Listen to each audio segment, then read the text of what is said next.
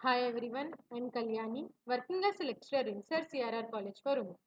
Today in this session, I am going to discuss about coated fishery products, different types of batter and breeding in Unit 3 Fishery Products for 3rd BSc 6th Sem Fishery students in Cluster 8B2 Post Harvest Technology.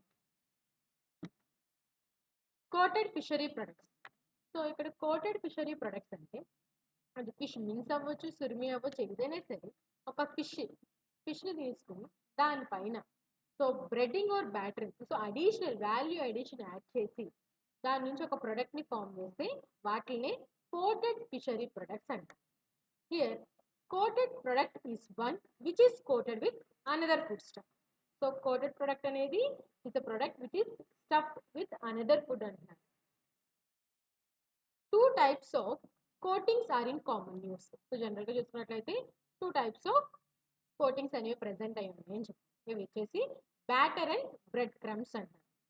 So sea food specialties fish portions raw and pre cooked shrimp, fish fingers, scallops, fish balls, fillets, etc. are the principal seafood products which are battered and or breaded. So ఎక్కువగా ఈ యొక్క బ్యాటరింగ్ and బ్రెడ్డింగ్ చేసిన coated products చూసుకున్నట్లయితే ఏమేమి ఉంటాయంట see food specialties fish portions అంటే raw material కానీ cooked portion కానీ తీసుకుని అలాగే షింప్ కానీ ఫిష్ ఫింగర్స్ కానీ స్కాలోప్స్ కానీ ఫిష్ బాల్స్ కానీ ఫిల్లెట్స్ ఇవన్నీ ప్రిపేర్ చేస్తారు ఈ యొక్క బ్యాటరింగ్ అండ్ బ్రెడ్డింగ్ యూస్ చేసుకుని అంటారు. Most of these items are ready to cook and are processed frozen although some may be processed fresh. So చాలా వరకు ఈ యొక్క ఫుడ్ ఐటమ్స్ అనేవి ఈజీగా ఎలా ఉంటాయంటే రెడీ టు కుక్ ఐటమ్స్ ఉంటాయి, ప్రాసెసింగ్ చేసి ఫ్రోజన్ స్టేట్లో ఉంటాయి, లేదు అంటే ప్రాసెస్డ్ ఫ్రెష్ ఫామ్లో కూడా ఉంటాయి ఏం breaded shrimp can be prepared from both wild and farm shrimp in different styles, that is peeled and cooked etc.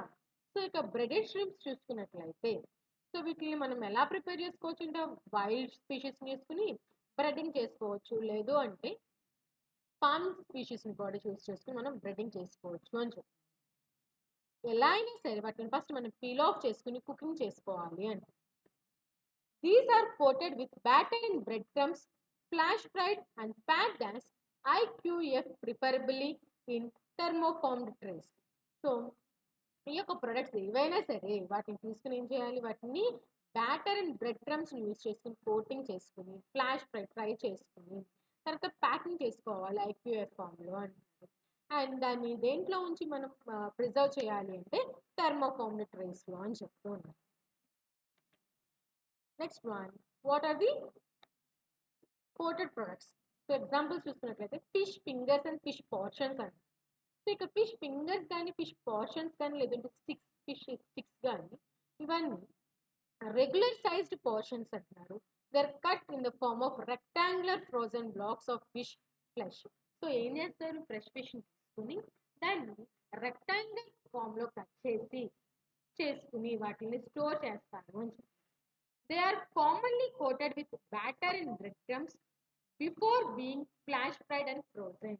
So ఈ యొక్క ఫిష్ ఫింగర్స్ కానీ పోర్షన్స్ కానీ స్టిక్స్ కానీ వీటిని ఫ్రైడ్ అండ్ ఫ్రోజన్ కండిషన్లోకి చేంజ్ చేసే ముందు బ్రెడ్స్ అండ్ బ్యాటరింగ్ చేస్తారు అని చెప్పి some fish blocks, particularly those used for catering products, are made with high portions of mince even up to 100%.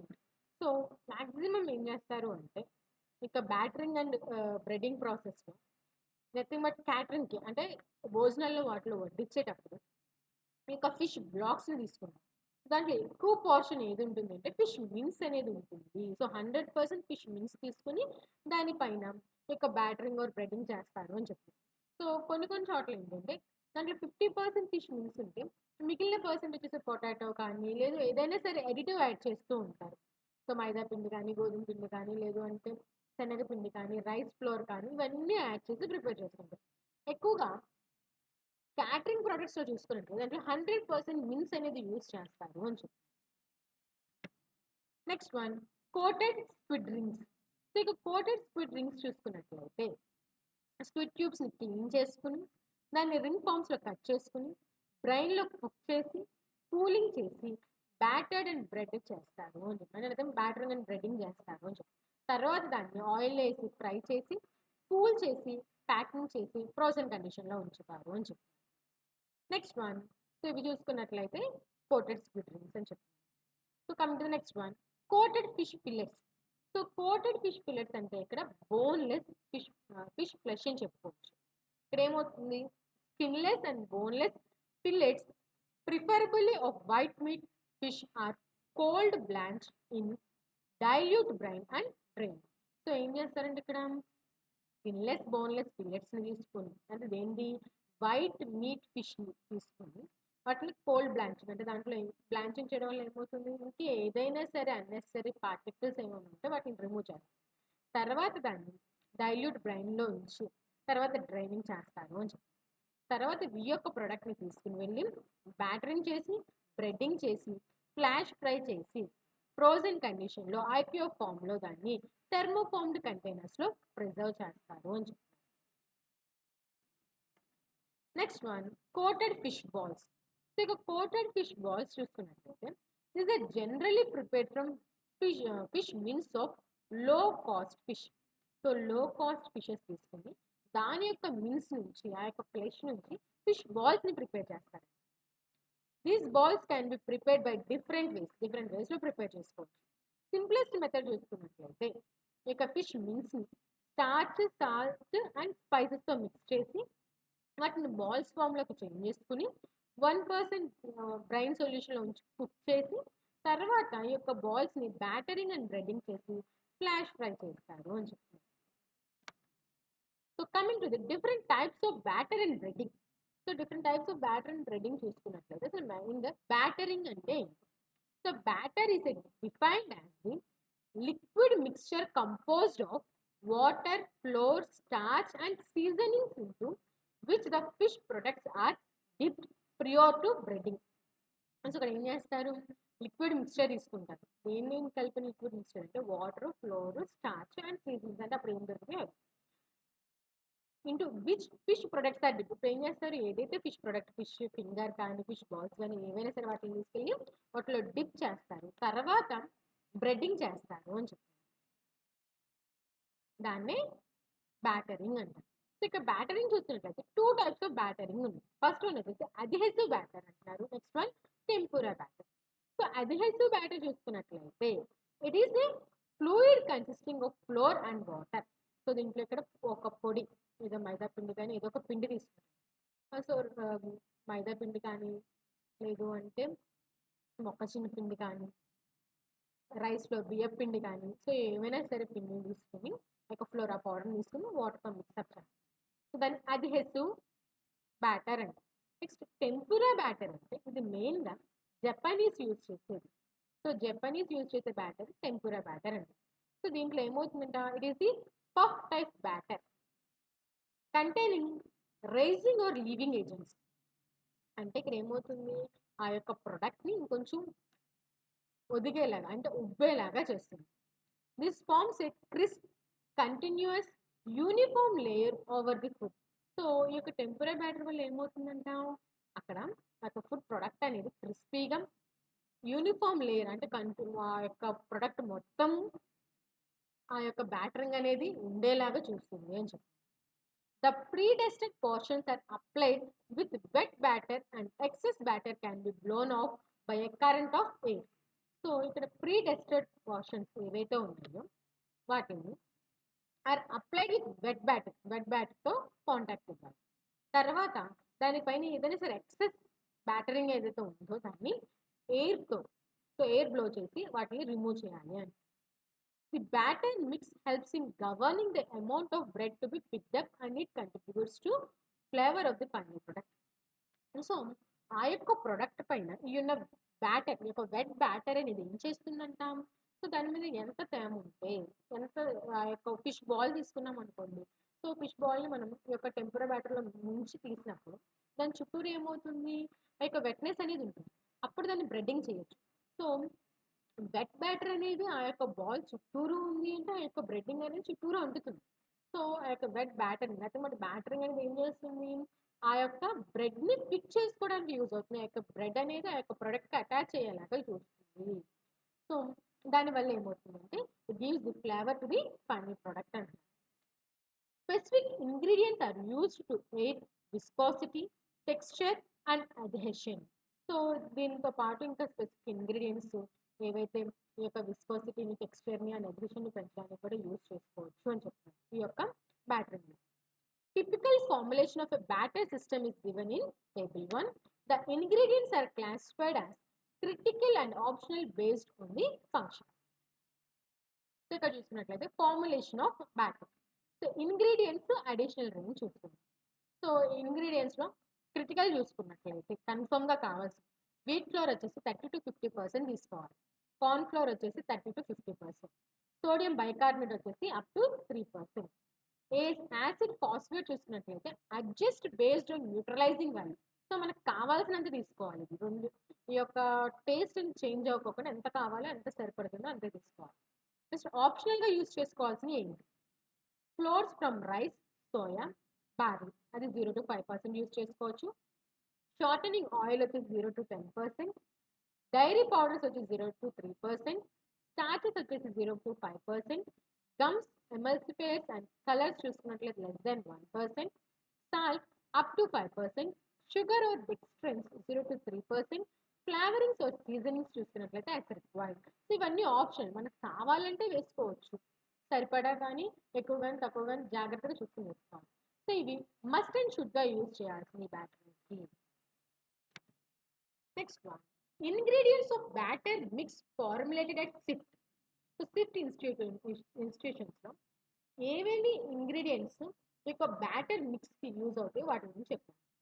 And adhesive type quick setting batter is usually used.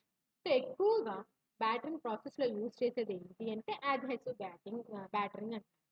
A typical adhesive batter formulated as shift Kochi is given in table 2.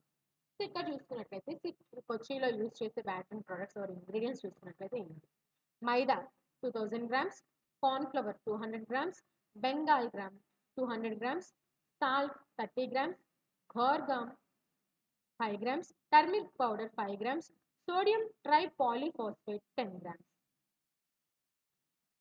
Coming to the food grade. So ఈ యొక్క floor కానీ water కానీ ఎలా తీసుకోవాలి, ఎంత తీసుకోవాలి, వాటికి using. Flour, wheat flour చూసుకున్నట్లయితే it provide structure to the product. So ప్రొడక్ట్కి ఒక స్ట్రక్చర్ అనేది ఇస్తుంది. సో ఎలా అంట, దాంట్లో ఉండే యొక్క జిగురు వల్ల, జెలాటినైజేషన్ వల్ల, దాంట్లో ఉండే స్టార్చ్ వల్ల యొక్క జెలాటినైజేషన్ వస్తుంది. అలాగే as well as through formation of gluten protein matrix. ఇంకేంటంట, ఏం ఫామ్ చేస్తుంది ఒక ప్రొడక్ట్కి, గ్లూటిన్ ప్రోటీన్ మ్యాట్రిక్స్ని ఫామ్ చేస్తుంది అని చెప్తారు. Higher protein levels in flour increases viscosity of batter and produce darker crispy coatings. So ఇంట్లో ఉండే హయ్యర్ ప్రోటీన్ లెవెల్స్ వల్ల ఒక ఫ్లోర్లో ఉండే ఇంట్లో ఉండే హయ్యర్ ప్రోటీన్ లెవెల్స్ వల్ల ఫ్లోర్ ఇంక్రీజెస్ విస్కోసిటీ.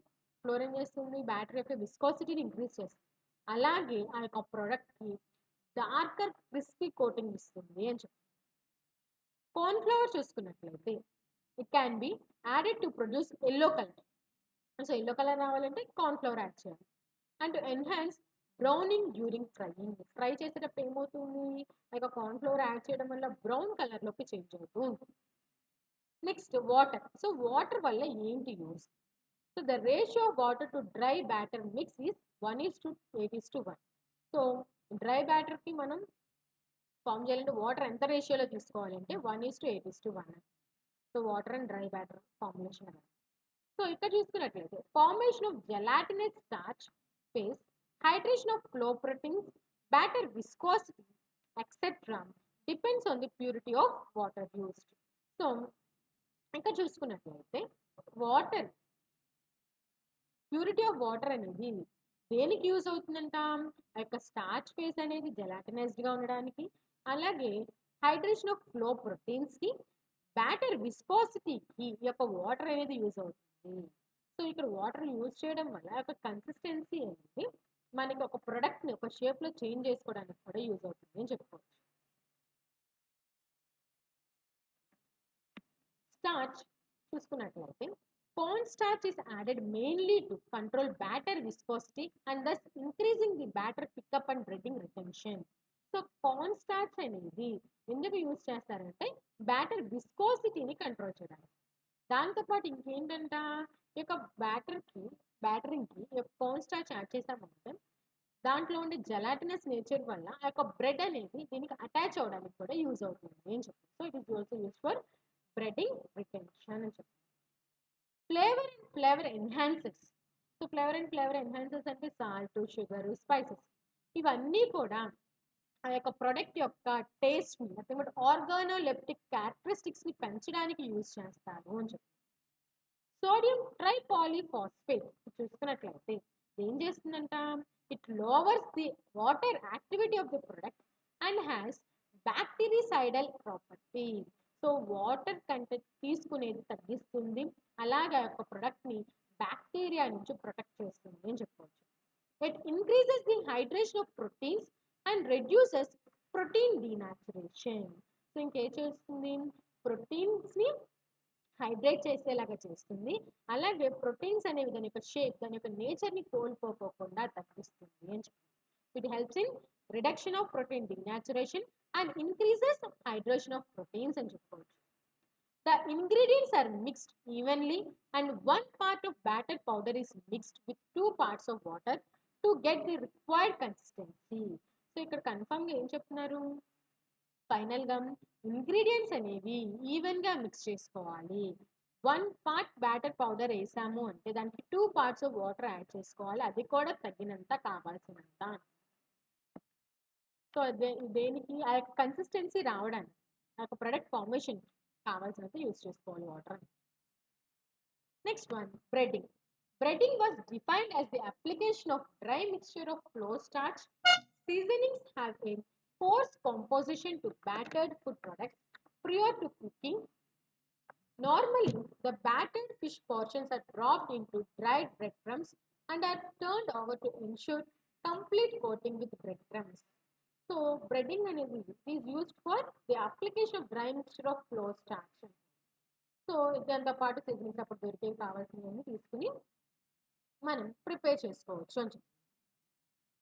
సో ఇక్కడ ఎప్పుడు యొక్క బ్రెడ్డింగ్ యూజ్ చేస్తారంటే కుకింగ్కి ముందు బ్యాటరింగ్ చేసిన తర్వాత బ్రెడ్డింగ్ అనేది చేస్తారు.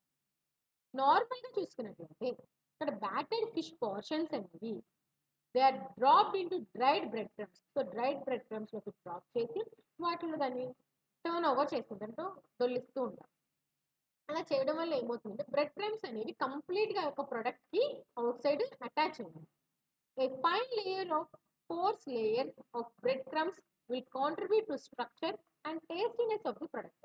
సో ఈ యొక్క బ్రెడ్ క్రమ్స్ వల్ల ఏమవుతుంది, దానికి పైన ఫామ్ అనే కోర్స్ లేయర్ వల్ల దానికి ఒక పర్టికులర్ స్ట్రక్చర్ అనేది వస్తుంది, అలాగే టేస్ట్ అనేది ఇంక్రీజ్ అవుతుంది అని చెప్పుకోవచ్చు. For soft products the crumb depth should be fine so as to avoid the product damage on further processing. So ఈ యొక్క సాఫ్ట్ ప్రొడక్ట్స్ ఏవైతే ఉన్నాయో వాటికి ఈ యొక్క బ్రెడ్ క్రమ్స్ యొక్క డెప్త్ని కొంచెం ఫైన్గా ఉండే సన్నగా ఉండేలాగా చూసుకోవాలి. ఎందుకంటే ఒక ప్రొడక్ట్ అనేది డ్యామేజ్ అవ్వకోకుండా ఫర్దర్ ప్రాసెసింగ్ చేసినప్పుడు డ్యామేజ్ అవ్వకోకుండా ఉండాలి అంటే ఈ యొక్క బ్రెడ్ క్రమ్స్ యొక్క రఫ్నెస్ని తగ్గించుకోవాలి అని చెప్పి, చాలా ఫైన్గా సన్నగా ఉండాలి, ఒక పొడిలాగా ఉండాలి అని చెప్పి. Coming to the preparation of bread crumbs, ఎలా ప్రిపేర్ చేయాలి. Remove the outer brown layer of bread చుట్టూరు ఉండే బ్రౌన్ లేయర్ని రిమూవ్ చేయాలి. మిక్సర్ గ్రైండర్లో వేసి గ్రైండ్ చేసుకోవాలి. తర్వాత దాన్ని అల్యూమినియం ట్రేలో స్ప్రెడ్ చేసుకోవాలి. నెక్స్ట్ ఎంతసేపు డ్రై చేసి ఉంచాలి అంటే 2.5 hours. ఎంత టెంపరేచర్లో అంటే 70 degrees సెంటిగ్రేడ్లో డ్రైయర్లో ఉంచి. తర్వాత స్టోరింగ్ అప్రోప్రియేట్ ప్యాకేజెస్, యొక్క బ్రెడ్డింగ్స్ని మనం అప్రోప్రియేట్ ప్యాకేజ్లో ఉంచి వాటిని స్టోర్ చేయాలి అని చెప్పి. So this is all about the coated fishery products, different types of batter and బ్రెడ్డింగ్